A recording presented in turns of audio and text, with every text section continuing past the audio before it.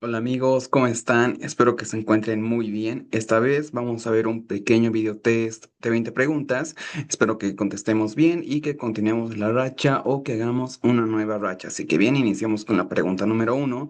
Mujer de 29 años, instructora de yoga. Presenta dolor lumbar intermitente de 2 meses, que mejora con la posición de gato y empeora al levantar objetos pesados. No hay fiebre ni signos neurológicos. Exploración física muestra leve hipersensibilidad paravertebral y rango de movilidad lumbar completo, pero doloroso al realizar flexión. ¿Cuál es el diagnóstico más probable? Pregunta. Yo la veo muy buena. No la vimos en alguna reconstrucción, me parece. Aún así, es una pregunta buenísima, altamente rentable para Lunacom. Veamos las alternativas. Lumbalgia mecánica por distensión muscular, espondilitis anquilosante, espondilodicitis piógena, herniación discal con radiculopatía o mieloma múltiple. Hasta incluso por las mismas alternativas nos podemos dar cuenta cuál es la correcta, pero aún así está complejo. Es una paciente joven, instructora de yoga, es el dato más relevante acá. En posición de gato, más o menos como es la posición de gato, pues la genupectoral muy parecida, empeora al levantar objetos pesados, sobrecarga. No hay fiebre ni signos neurológicos, ese es un dato clave, muy importante. ¿Y qué más? Hipersensibilidad paravertebral y rango de movilidad lumbar completo, pero doloroso. Sencillo. La alternativa A nos dice lumbalgia mecánica y los datos que debemos recordar acá es ¿por qué? Por sobreesfuerzo. Es un dato clave. Otro también podrá ser en un paciente adulto mayor, causa degenerativa, pero en este caso será por sobreesfuerzo, o sobrecarga. Incluso por el mismo oficio de esta paciente. Espondilitis anquilosante. Una espondilitis anquilosante vendría con sacroileitis, además que esto es lumbalgia inflamatoria. Todos los datos serían casi al revés, o sea, por ejemplo, que disminuya el dolor al hacer ejercicio, que aumente en reposo, pero como les digo, todo lo contrario a lo que tenemos acá en el enunciado. Espondilodicitis piógena. Acá tenemos que tener datos de infección, lo más típico, fiebre, y nos dice que no hay fiebre, entonces la descartamos. Herniación discal con radiculopatía, tiene radiculopatía.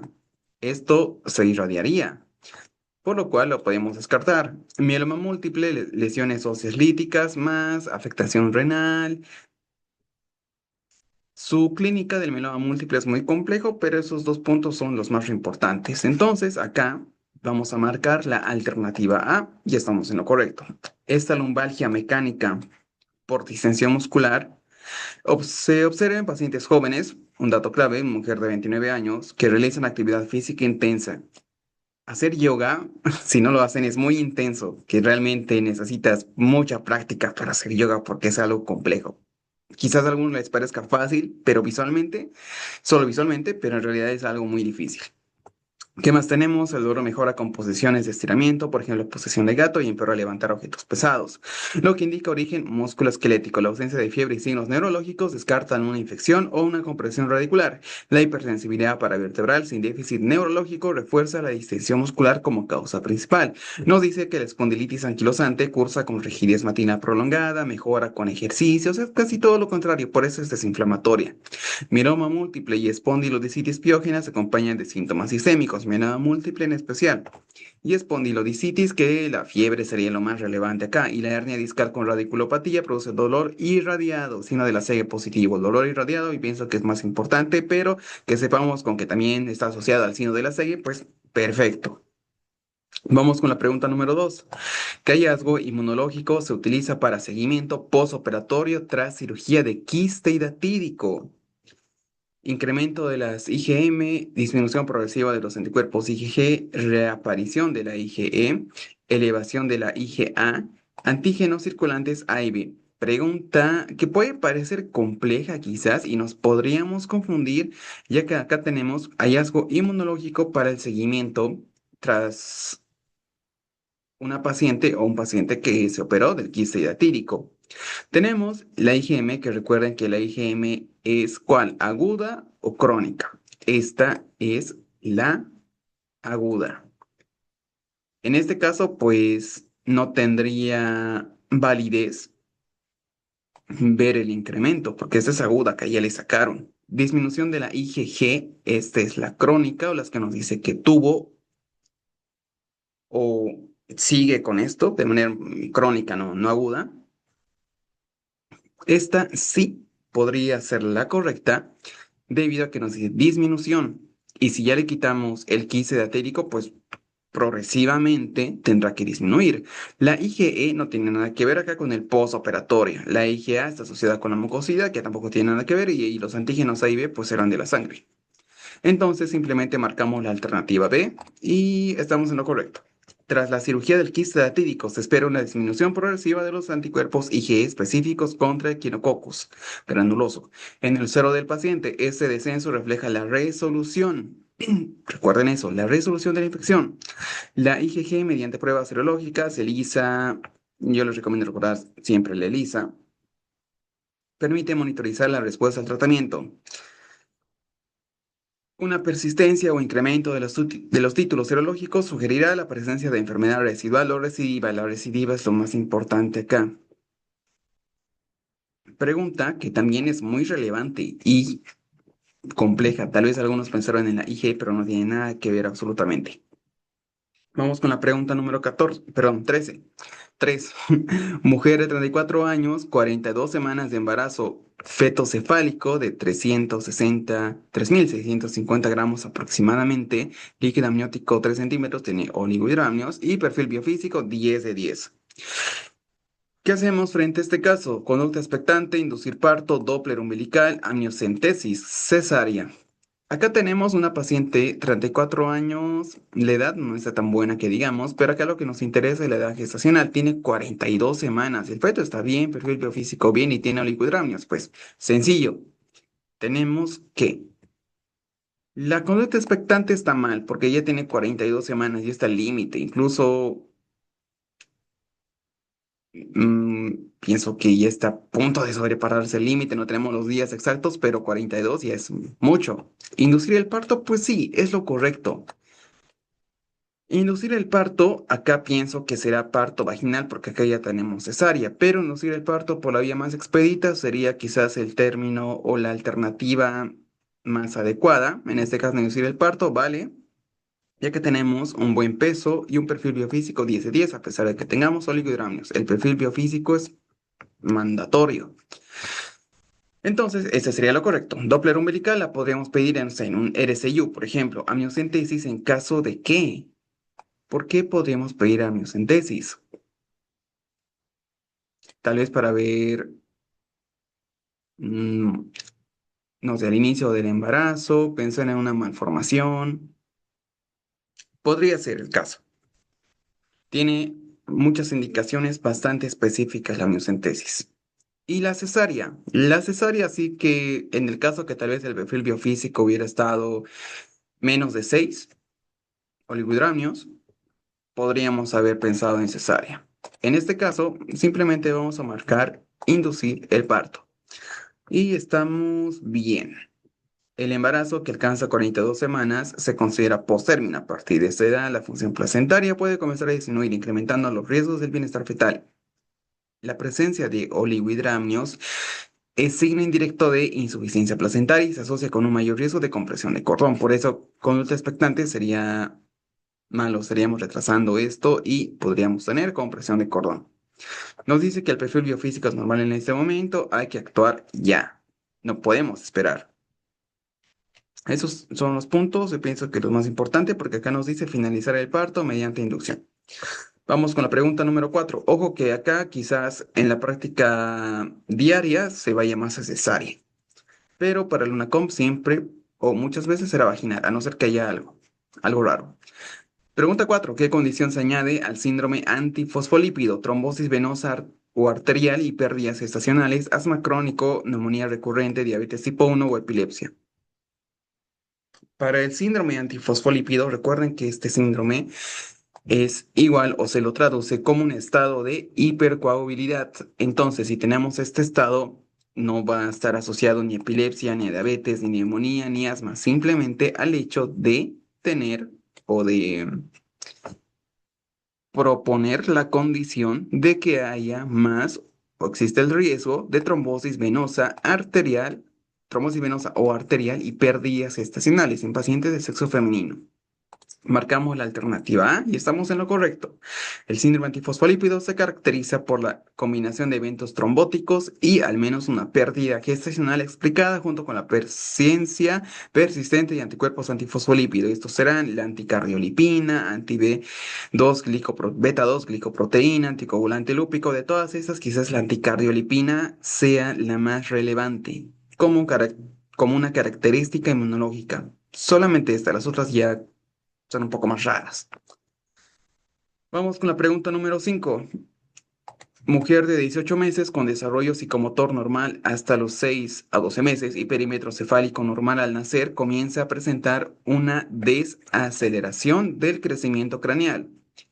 Perímetro craneal cae por debajo de dos desviaciones estándar, pérdida de habilidades manuales previamente adquiridas, uso propositivo de las manos, aparición de movimientos estereotipados de las manos, como lavado, frotamiento y dificultades de la marcha y la interacción social, que síndrome neurodegenerativo progresivo que cursa con microcefalia adquirida es la más probable, hipotiroidismo congénito no tratado, parálisis cerebral infantil, trastorno del espectro autista, síndrome de Rett o síndrome de Angelman. Esta pregunta sí está compleja, tiene varios datos muy llamativos y muy importantes, pero al final, ¿qué hay? Microcefalia y también tenemos estos movimientos estereotipados que, ojo, pienso que quizás muchos ya saben la alternativa correcta y estos movimientos estereotipados también pueden evolucionar a convulsiones o puede haber estos movimientos más convulsiones. Y también tenemos regresión de qué, de esos hitos del desarrollo, porque acá nos dice que comenzó a tener, comenzó a tener pérdida de habilidades manuales previamente adquiridas, o sea, una regresión, y esto ya es muy grave. Hipotiroidismo congénito no tratado, ¿cómo sería? Bueno, incluso es algo muy raro, porque con eso de los tamizajes que tenemos la ventaja de tenerlos ahora, pues ya sabemos que es muy fácil de diagnosticar hipotiroidismo congénito, pero en el caso que sea no tratado, quizás veamos, no sé, una fase característica, pero ustedes dejen en los comentarios cómo sería un hipotiroidismo congénito no tratado. Es algo muy raro, pero que nos sirve para recordar. Parálisis cerebral infantil no tiene por qué tener la microcefalia. Trastorno del espectro autista, sí, por los movimientos estereotipados, pero que haya microcefalia y regresión de los hitos del desarrollo, no. Síndrome de Rett.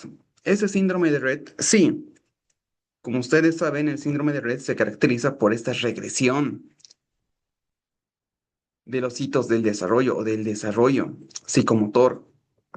También la microcefalia, y ojo, puede venir con convulsiones o con movimientos estereotipados. Muchas veces nos preguntará con convulsiones, otras veces con esos tipos de movimientos, pero igual debemos recordar que es parte del síndrome de Rett. Y el síndrome de Angelman, lo más característico acá, igual viene con retraso global de desarrollo, pero un dato clave que yo considero es que el paciente sonríe. Un niño que ríe, que sonríe mucho, con cualquier cosa, pero absolutamente con cualquier cosa. Entonces marcamos la alternativa de síndrome de Rett. Estamos bien. El síndrome de Rett es un trastorno genético del neurodesarrollo causado por mutaciones del gen MEP2. Obviamente esto ya es muy complejo. Acá lo que nos sirve saber es el desarrollo inicial que se producirá aparentemente que esté bien hasta los 6 a 18 meses. O sea, un niño un lactante nace todo bien, tiene 6 7 meses y bueno, ya tiene esto de la regresión o estancamiento de los hitos del desarrollo psicomotor, tendrá microcefalia, las manos pueden tener movimientos estereotipados, marcha, lenguaje neurológico con crisis epilépticas, que también es un dato muy, muy relevante. Y bueno, esa es la alternativa correcta. Tengan cuidado con este tipo de preguntas porque son muy complejas. Quizás nos lo pregunten en la UNACOM, no sabemos. A veces llega preguntas de este grado de complejidad, pero mientras sepamos los datos más claves, estamos bien. Pregunta 6. ¿Qué tratamiento tópico es útil en la enfermedad de Bowen? Extensa en pacientes no quirúrgicos. Retinoides orales, ketoconazol tópico, esteroides tópicos, antihistamínico local y Mikimoto. Para la enfermedad de Bowen sí o sí necesitamos inmunomoduladores. Los retinoides no, eso será para acné, tal vez ketoconazol tópico para alguna micosis. Esteroides tópicos, no sé, alguna inflamación grave, obviamente con la indicación debe ser algo muy grave por usar esteroides. Antihistamínicos locales no nos van a servir para nada. Y Mikimot sí, este es un medicamento inmunomodulador que ciertamente nos sirve para la enfermedad de Bowen. Este Mikimod en crema actúa como un inmunomodulador tópico que estimula la respuesta inmune local, promoviendo la eliminación de queratinocitos atípicos en casos de enfermedad de Bowen extensa o en pacientes no candidatos a cirugía. Pregunta importante. Tenemos el tratamiento, más o menos cuándo será la resolución, pero con que sepan que para enfermedad de Bowen se usa el Imikimod, está bien. Ojo que esta pregunta no estoy muy seguro si la vimos en una reconstrucción. Me parece que una muy parecida, pero aún así nos sirve para recordar. Vamos con la pregunta número 7. ¿Qué tipo de escoliosis aparece secundaria a la enfermedad neuromuscular? Escoliosis congénita, escoliosis paralítica o miopática, esclerosis postoperatoria, escoliosis postraumática o escoliosis juvenil idiopática. Si tenemos una enfermedad neuromuscular, ¿qué tipo de escoliosis será? ¿La congénita? Pues no, esta no será secundaria, esa es congénito. Paralítica o miopática podría ser, lo más típico. Bueno, yo pienso que sí es la neuromuscular. Postoperatoria, no tenemos datos de que el paciente se haya operado, postraumática, alguna lesión, idiopática, juvenil, idiopática, o sea que en términos sencillos, idiopática es la que viene de la nada, como un invitado no deseado, que llega, se queda, pero nadie lo quería y nadie sabía que iba a venir. Entonces marcamos la alternativa B, escoliosis paralítica o miopática. Esta escoliosis aparece como consecuencia de enfermedades neuromusculares, como cuáles parálisis cerebral, que es la más clásica, distrofias, atrofias, pero bueno, parálisis cerebral es el ejemplo más frecuente. Se desarrolla por debilidad o parálisis de los músculos encargados de estabilizar la columna, lo que genera una curvatura progresiva y más rígida que la observada en la escoliosis idiopática. Suele avanzar con rapidez y suele acompañarse de deformidades pélvicas. Pregunta que está bien para recordar. Pienso yo que acá lo más importante son estos datos de acá. ¿En dónde vemos este tipo de parálisis? Porque, por ejemplo, podríamos tener una pregunta como un caso clínico donde tengamos debilidad secundaria, o, perdón, debilidad que genera curvatura progresiva, deformidades, pero bueno, ya, o sea, vamos a saber qué es escoliosis, pero ¿qué tipo? Y que nos diga, escoliosis, ¿qué es escoliosis secundaria qué? Parálisis cerebral, algún tipo de lumbago, alguna enfermedad degenerativa, pero ya sabemos que toda esta clínica típica aparece ¿en qué? En parálisis secundaria a enfermedad neuromuscular, la más típica, parálisis cerebral. Ojo con eso. Vamos con la pregunta número 8. Paciente de 80 años tras un extenso infarto en territorio de la arteria cerebral media izquierda. Presenta una incapacidad casi total para comprender el lenguaje y expresarse verbalmente, que está dañado acá, lenguaje y expresión, emitiendo solo algunos sonidos guturales o estereotipias verbales. La repetición y la nominación son imposibles. ¿Qué tipo de afasia presenta con mayor probabilidad? Pregunta importantísima. Tiene 80 años, un infarto en el territorio de la arteria cerebral media izquierda. Incapacidad, ¿para qué? Comprender y expresarse. Pienso que con esas claves ya sabemos qué es. También la repetición que no puede repetir. Mutismo cinético, afasia de conducción, afasia global, afasia de Wernicke o afasia transcortical motora. Mutismo cinético no es la correcta. ¿Por qué? Porque no es una afasia. Y acá nos dice qué tipo de afasia es. Afasia de conducción tampoco, porque la afasia de conducción se caracteriza porque el paciente no puede repetir. Y acá nos dice que la repetición, a pesar de que son imposibles no concuerda porque tenemos que de incapacidad es total para comprender y para expresarse. Por lo tanto, no hay repetición. Acá sí tiene la capacidad para expresarse, pero no hay repetición. Cuidado con eso. Afasia global, pues sí. ¿Qué tenemos? Incapacidad para comprender y expresarse, o sea, la de Wernicke y la de Broca. La de Wernicke es compresión, Broca expresión, y acá en la fascia transcortical motora se refiere a la de Broca. Es como, no digo que es lo mismo, pero sí lo pueden asociar porque es muy parecido. Entonces vamos a marcar la afasia global, porque acá tenemos afasia global, es todo.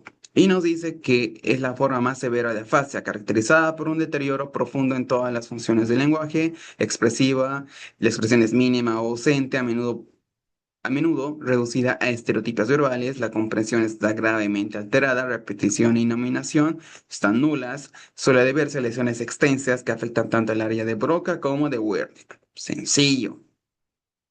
Además, causada por alguna oclusión de la arteria cerebral media izquierda. Ojito con esta pregunta, nos pueden dar la vuelta, nos pueden dar todos estos datos y nos dirán, ah, esto se podría deber ¿a qué? A oclusión de arteria cerebral media, oclusión de arteria cerebral anterior. Nos pueden matar con este tipo de preguntas. Pero ya sabemos más o menos cuál será la alternativa correcta o un aproximado. Vamos con la pregunta 9. Hombre de 50 años con dolor crónico en hombro derecho y atrofia visible del deltoides. Refiere antecedente de fractura de clavícula tratada hace 2 años. En exploración hay disminución de la abducción activa más allá de los 30 grados y buena movilidad pasiva. Se observa signo de aplanamiento del deltoides. ¿Cuál es la lesión nerviosa? ¿Cuál lesión nerviosa está más probable? Esta sí está compleja, lesión del nervio supraescapular, lesión del nervio radial, lesión del plexo braquial inferior, lesión del nervio axilar, lesión del nervio mediano. Pues acá primero tenemos que hombro derecho y atrofia del deltoides. Esto ya está complejo. Disminución de reducción, buena movilidad pasiva y aplanamiento del deltoides. El supraespinoso, perdón, supraescapular está relacionado a supraespinoso, infraespinoso. Radial, pues mm, será afectará al pulgar, algunos dedos, la muñeca, lesión del plexo braquial inferior, lesionará el nervio cubital y medial, lesión del nervio axilar, podría ser, tal vez va por el deltoides, pero que produzca aplanamiento, no estoy tan seguro, lesión del nervio mediano, igual afectará algunos dedos. Ah, vamos con lesión del nervio supraescapular, me suena más, ojo que el axilar igual podría ser. Vamos a ver, y si era axilar, veamos por qué. La lesión del nervio axilar se manifiesta clínicamente con atrofia del músculo deltoides, disminución de la abducción activa a partir de los 30 grados y la hipoestesia en la región deltoidea. Un antecedente de fractura clavícula luxación puede dañar el plexo braquial posterior y en consecuencia el nervio axilar, el supraescapular afecta a supraespinoso, infraespinoso, causando debilidad de la abducción inicial y rotación externa, pero no atrofia del deltoides. Y sí, acá la clave solamente era que atrofia el deltoides. Un detalle, la verdad, muy detallado que complejo. Plexo braquial inferior compromete mano, flexores del antebrazo. Nervio radial, extensión del codo, muñeca, dedos. Nervio mediano, alteración de la pronación, flexión de muñeca y mano sin afectar el hombro. Sí, todas esas no afectaban el hombro. Pregunta súper compleja. Vamos con la pregunta 10. El engrosamiento y endurecimiento de la piel en la esclerosis sistémica, o sea, esclerodermia, es el resultado de hiperproliferación de los queratinocitos epidérmicos, edema crónico por insuficiencia linfática, depósito en amiloide en la dermis, producción excesiva y depósito de colágeno y otros componentes de la matriz extracelular por fibroblastos activos, infiltración masiva de las células plasmáticas en la piel. Pregunta que lo veo, la verdad, está sencilla. Hiperproliferación de queratinocitos, que será, pues, muy probablemente psoriasis, edema crónico por insuficiencia linfática. Esto no estoy muy seguro a qué se puede referir, pero no es típico de la esclerosis sistémica. Depósito de amiloide, amiloidosis. Producción y pérdida de depósitos de colágeno, esto sí, típico de el engrosamiento y endurecimiento de la piel en esclerosis.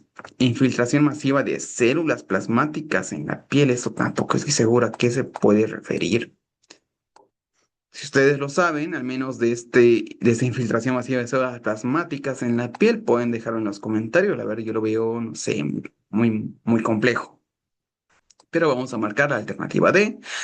Y nos dice que la fibrosis cutánea, esclerodermia, es el sello distintivo de la esclerosis sistémica. Su fisiopatología es compleja e implica la alteración de tres procesos principales: disfunción vascular, activación inmune y fibrosis. No nos vamos a meter tanto con la fisiopatología porque no nos sirve tanto para esos casos. Sí debemos reconocer tal vez las consecuencias clínicas como engrosamiento, endurecimiento de la piel, tirantez y pérdida de elasticidad, y que viene con manifestaciones como esclerodactilia, microstomía y otras deformidades cutáneas. Estas sí valen. Las consecuencias clínicas son importantes para reconocer y que también están asociadas a la esclerodermia. Recuerden eso. Vamos con la pregunta número 11. ¿Cuál es la característica histológica que define a un pólipo adenomatoso de colon? Metaplasia escamosa, atrofia de lámina propia, displasia epitelial glandular, fibrosis mucosa, hiperplasia inflamatoria. Acá una metaplasia no va a definir a un pólipo. Metaplasia, atrofia tampoco, un polipito no va a ser una atrofia. Displasia epitelial glandular, adenomatoso, adenoma, glándulas. Esa es la correcta. Y la displasia, que sí puede ser un pólipo, también no hay ningún problema con ello. Que defina histológicamente, ojo con eso. Fibrosis mucosa, sea un pólipo fibroso, será. Hiperplasia inflamatoria, un pólipo inflamatorio, quizás polihiperplasia. En este caso vamos a marcar la alternativa de displasia epitelial glandular, más que todo la parte que dice glandular, lo vamos a asociar con esto que es adenomatoso. Marcamos y estamos en lo correcto. Los pólipos adenomatosos son lesiones de la mucosa colónica caracterizadas por la presencia de displasia epitelial glandular, lo que confiere potencial neoplásico significativo. Se mostrará histológicamente como glándulas alargadas con núcleos pleomórficos. Pregunta importante para reconocerla quizás, y acá tenemos estos rasgos: los diferencia de pólipos hiperplásicos o inflamatorios, que no muestran atipia celular ni displasia. Aquí está, por fibrosis mucosa e hiperplasia inflamatoria. Pregunta buena para recordar. Vamos con la pregunta número 12. ¿Cuál es el tratamiento de primera línea para faringitis estreptocócica? Ibuprofeno, penicilina B durante 10 días, acitro, dosis única, moxicomfebulánico, aciclovir tópico. Para faringitis estreptocócica, ¿qué será de primera línea? Pues ibuprofeno será como coadyuvante quizás, que le damos para reducir la inflamación. Penicilina B, sí, ese es el tratamiento típico. Ojo con los días, durante 10 días. Amoxi también podría ser, pero recuerden siempre acá ver los días. Acitro en caso de alergia. Amoxi con clavulánico no sería de primera línea, tal vez de segunda línea, porque es demasiado fuerte con clavulánico. Aciclovir tópico, eso es para herpes. Entonces vamos a marcar alternativa B, penicilina, y estamos bien. La penicilina B administrada durante 10 días es el tratamiento de elección. Estoy muy segura de que todos ustedes respondieron de manera correcta a esta pregunta, así que no nos vamos a tardar mucho con esto. Lo más característico es que previene complicaciones como la fiebre reumática. Listo. Vamos con la pregunta número 13. Mujer de 61 años consulta por dolor abdominal de 6 meses de evolución. Al examen físico se palpa una masa anexial derecha de 8 centímetros de diámetro con ascitis significativa. La ecografía transvaginal muestra una masa anexial multiloculada con increscencias y excrescencias. Que nos diga increscencias y excrescencias y simplemente nos dice que es un tumor. Un tumor visible, notoriamente visible. El CA 125 resulta 700, está altísimo, nos sugiere cáncer o un tumor maligno. Se realiza un ataque que muestra engrosamiento peritoneal, probablemente de origen tumoral, y se observa un tumor adosado a la pared gástrica y hepática. Bueno, con esto ya estamos mucho más seguros. La conducta adecuada es derivar a cuidados paliativos, cirugía más quimio más quimio paliativa, tamoxifeno o terapia de reemplazo hormonal. Acá obviamente el que no concuerda es la terapia de reemplazo hormonal. Derivar a cuidados paliativos, pues esto sería en caso de que no funcione el primer tratamiento, que es el curativo, o que intenta ser curativo. En este caso aún se puede. Cirugía más quimio, esto sí sería lo correcto. Cirugía para tratamiento curativo y quimio porque debe tener quimio para evitar recidivas. Quimioterapia paliativa, lesiones paliativos significa que el paciente está en las últimas. Por eso también esta de derivar a cuidados paliativos será lo último que se hace junto con la quimio paliativa. Tamoxis para cáncer de mama.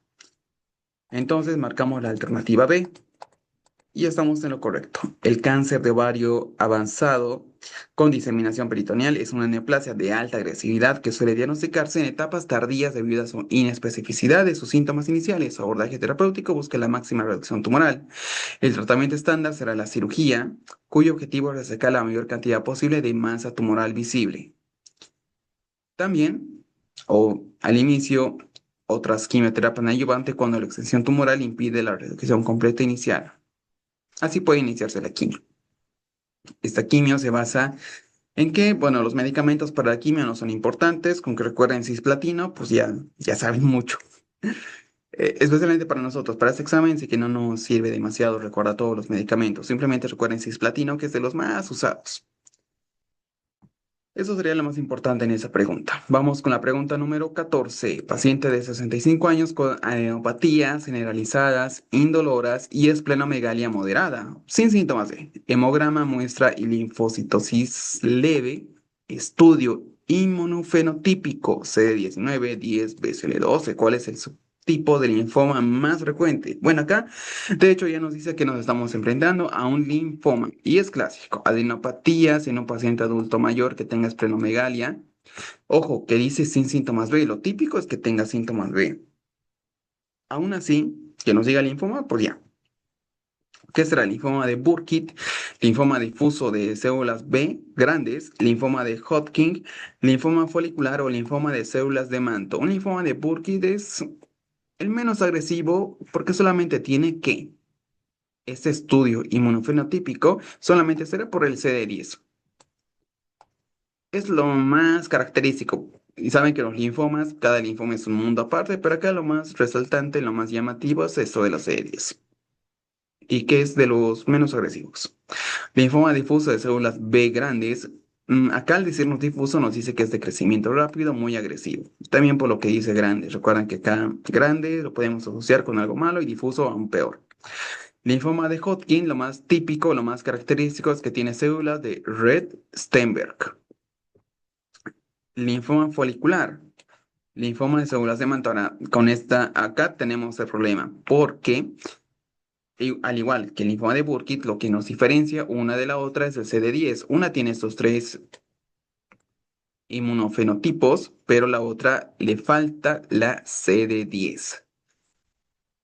Me parece que la folicular sí es la correcta. Células de manto, me parece que a esta sí le falta la 10, pero tendrá otras. Vamos por la folicular, que me parece que es la... Sí, estamos bien.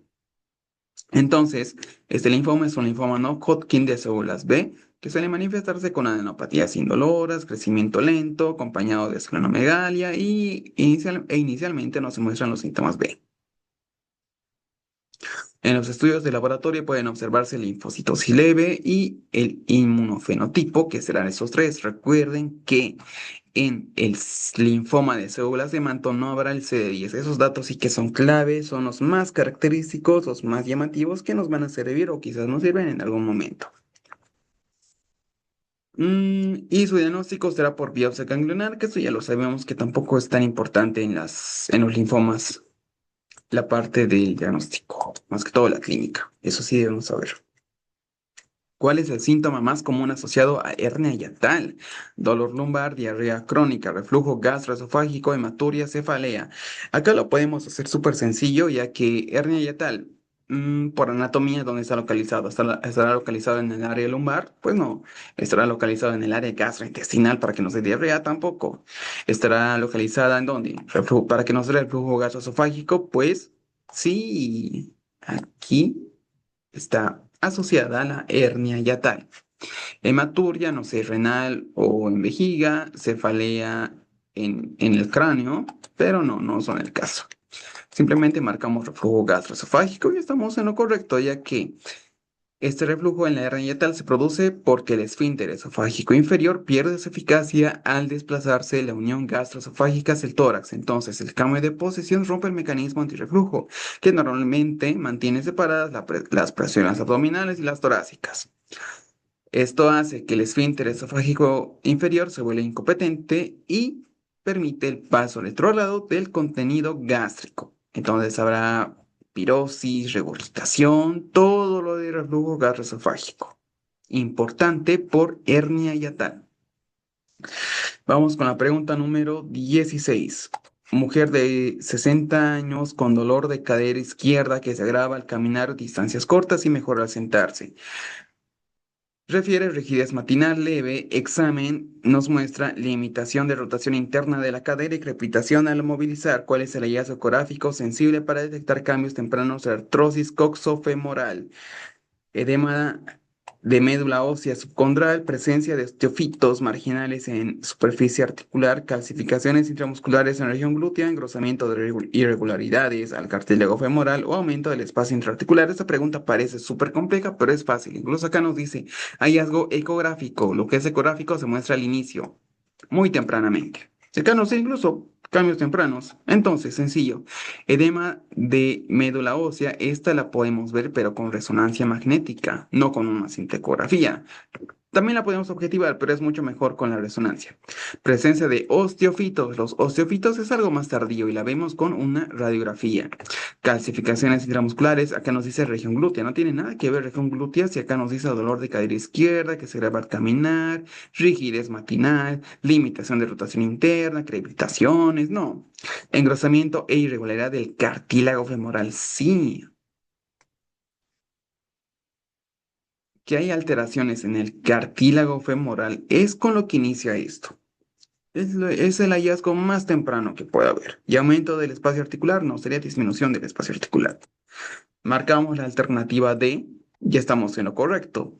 En etapas tempranas de la artrosis coxofemoral habrá engrosamiento e irregularidad del cartílago femoral, detectado por la ecografía. Esta ecografía permite visualizar el cartílago, detectar la pérdida de irregularidad, así como la sinovitis. En cambio, hallazgos como edema de médula ósea, osteofitos, se observan en resonancia magnética y radiografía, respectivamente. Calcificaciones no corresponden, incluso nos decía glúteo. Aumento del espacio articular está relacionado con derrames o con artrosis, acá será disminución y engrosamiento del cartílago representa un intento reparador frente al desgaste inicial. ¿Y cómo vamos a ver este cartílago femoral? Pues por la ecografía. Vamos con la pregunta 17. ¿Cómo se define anemia hemolítica?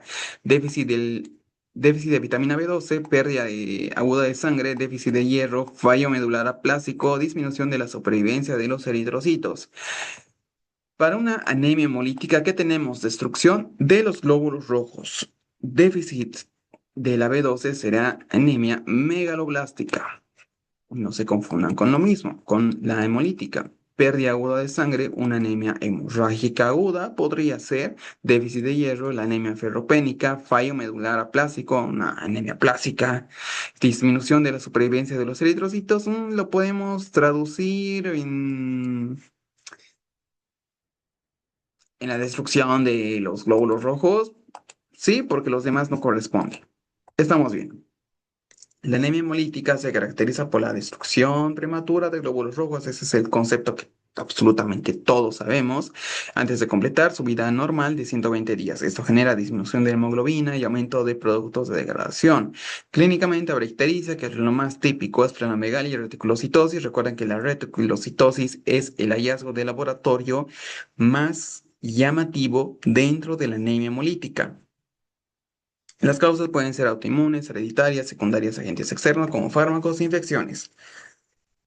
Una infección muy característica es el SHU, síndrome hemolítico urémico. Pregunta que nos sirvió para recordar algunos conceptos, igual es muy relevante. Vamos con la pregunta 18. ¿Qué imagen es más útil para delinear el trayecto de una fístula intestinal? Radiografía simple de abdomen, resonancia magnética de pelvis, ecografía transabdominal, gammagrafía ósea, estudio de tránsito de contraste hidrosoluble, o sea, gastrografía. Puede ser un ejemplo. Una radiografía no nos sirve para ver un trayecto de una fístula, para nada. Resonancia magnética podría sernos útil, pero quizás en este contexto de fístula intestinal, podría ser. Ecografía transabdominal del todo no. Parcialmente sí. Gamografía ósea no tiene nada que ver y estudio de tránsito con contraste, pues sí, así nos delimita muy bien o nos delinea muy bien la fístula, todo el trayecto de la fístula. Entonces marcamos la alternativa E y estamos bien.